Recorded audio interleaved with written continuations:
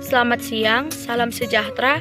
Perkenalkan, nama saya Febriana Sonia Sigalingging, NIM D1A020056 dari Prodi Agroteknologi, Fakultas Pertanian Universitas Jambi.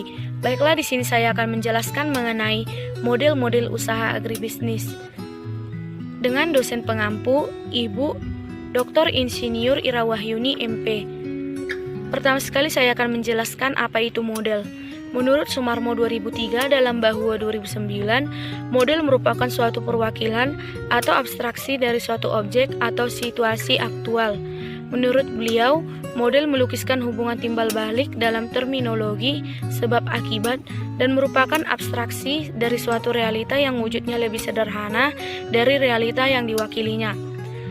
Menurut Sitompul 2003, beliau menyatakan bahwa model dapat dibatasi sebagai konsep yang matang atau masih dalam pengembangan dari sistem yang disederhanakan. Menurut beliau, model dapat dianggap sebagai substitusi untuk sistem yang dipertimbangkan dan digunakan apabila lebih mudah bekerja dengan substitusi tertentu dari sistem yang sesungguhnya. Baiklah, model-model usaha agribisnis dibagi menjadi 5 bagian. Yang pertama yaitu pengembangan usaha agribisnis pedesaan atau dengan singkatan PUAP. Yang kedua itu sistem integrasi sapi dengan kelapa sawit dengan singkatan SISKA. Yang ketiga, kelompok usaha agribisnis terpadu dengan singkatan KUAT. Yang keempat, sistem integrasi padi ternak dengan singkatan SIPT. Dan yang kelima, program rintisan dan akselerasi permasyarakatan inovasi teknologi pertanian atau dengan singkatan Primatani. Baiklah, di sini saya akan menjelaskan satu persatu dari kelima model sistem agribisnis tersebut. Yang pertama, pengembangan usaha agribisnis pedesaan atau PUAP. PUAP merupakan bagian dari pelaksanaan program PNPM Mandiri melalui bantuan modal usaha dalam menumbuh kembangkan usaha agribisnis sesuai dengan potensi pertanian desa sasaran. Tujuan dari pelaksanaan PUAP ini yaitu yang pertama, untuk mengurangi kemiskinan dan pengangguran melalui penumbuhan dan pengembangan kegiatan usaha agribisnis. Yang kedua, meningkatkan kemampuan pelaku usaha agribisnis, gapoktan, penyuluhan, dan mitra tani. Yang ketiga, memberdayakan kelembagaan petani dan ekonomi pedesaan untuk pengembangan kegiatan agribisnis. Yang keempat, meningkatkan fungsi kelembagaan ekonomi pertanian menjadi jejaring atau mitra lembaga keuangan.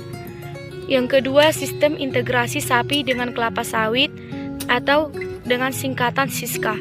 SISKA merupakan suatu program yang mengintegrasikan ternak sapi potong dengan tanaman perkebunan yaitu kelapa sawit dengan konsep menempatkan dan mengusahakan sejumlah ternak tanpa mengurangi aktivitas dan produktivitas tanaman kelapa sawit.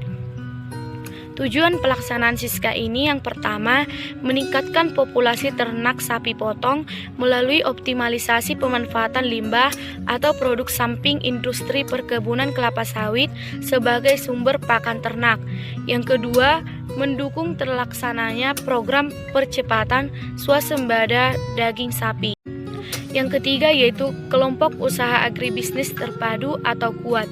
KUAT merupakan suatu rekayasa kelembagaan agribisnis yang bersifat partisipatif yang ditambahkan dan diharapkan dapat mewujudkan lembaga keuangan mikro yang berorientasi agribisnis di pedesaan. Berikut dapat kita lihat model sistem agribisnis terpadu. Berikutnya tujuan pembentukan KUAT.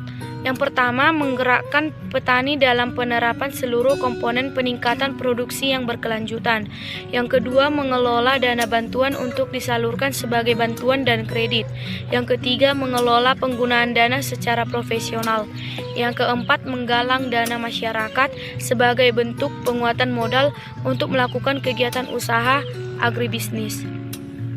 Yang keempat, sistem integrasi padi ternak atau SIPT. SIPT merupakan peningkatan produksi daging ternak potong yang sekaligus upaya peningkatan produksi pangan melalui kegiatan pemeliharaan sapi pada zona agroekosistem tanaman pangan terintegrasi. SIPT merupakan solusi jangka panjang untuk dikembangkan di lahan kering yang padat penduduk dan terancam erosi dengan kunci menemukan pakan ternak dari berbagai limbah pertanian.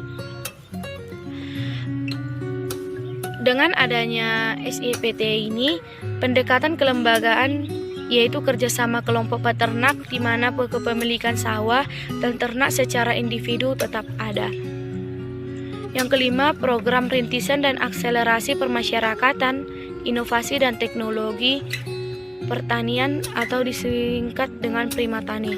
Primatani merupakan suatu model atau konsep diseminasi teknologi yang diharapkan dapat berfungsi sebagai penghubung antara Badan Litbang Pertanian dengan pelaku agribisnis. Dengan adanya Primatani ini diharapkan mampu menyediakan informasi, konsultasi, dan sekolah lapangan untuk pemecahan masalah dengan menerapkan inovasi pertanian oleh praktisi agribisnis.